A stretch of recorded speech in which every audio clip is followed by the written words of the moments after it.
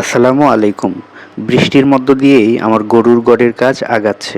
রাজমিস্ত্রি গতকাল যতটুকু ইটের গাঁথনির কাজ করার দরকার সবটুকুই করে ফেলেছে। যেহেতু এখন প্রতিদিনই বৃষ্টি পড়তেছে, তাই নতুন ইটের গাঁথনি সমস্যা হতে পারে। তাই রাজমিস্ত্রির পরামর্শে ইটের গাঁথনিটা পলিথিন দিয়ে ঢেকে দেওয়া হয়েছিল। আর সেই পলিথিনটাই আমি ঘুম থেকে উঠে এখন সরাই দিচ্ছি, কারণ ইটের গাঁথনি এখন শক্ত হয়ে গিয়েছে। বাতাস কিংবা বৃষ্টিতে এখন আর কোনো সমস্যা হবে না।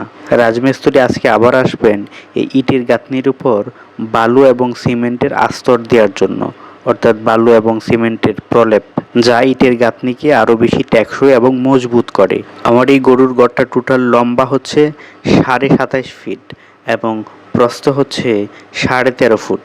আমি এখন যে মাপটা বললাম সেটা হচ্ছে এক দেয়াল থেকে আরেক দেয়াল পর্যন্ত, কিন্তু উপরের টিনের দিক থেকে হিসাব করলে সেই মাপটা আরও একটু বৃদ্ধি পাবে।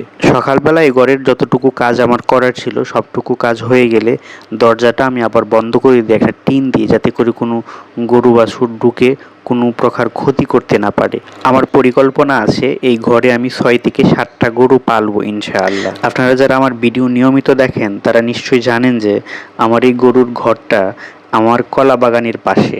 আর আমার এই কলা বাগানটা আমার নিজের বাড়ি থেকেও খুব বেশি দূর না, খুবই কাছে। কলা গাছ লাগানোর পরেও আমার এখানে আরও বেশ কিছু জায়গা খালি পড়ে আছে, তাই সেই খালি জায়গায় পরীক্ষামূলকভাবে আমি গাছের কাটিং লাগাইছিলাম। আর এই মুহূর্তে আমি যে কলা গাছটির সাথে দাঁড়িয়ে আছি এটা মূলত আমার কলা বাগানের প্রথম কলা গাছ। এখনও আমরা সিদ্ধান্ত নেইনি এটা খাবো না বিক্রি করব। আর এর মধ্যেই রাজমিস্ত্রি আকাশ এসে ঘরের আস্তর বা প্লাস্টারের কাজ করা শুরু করে দিয়েছে।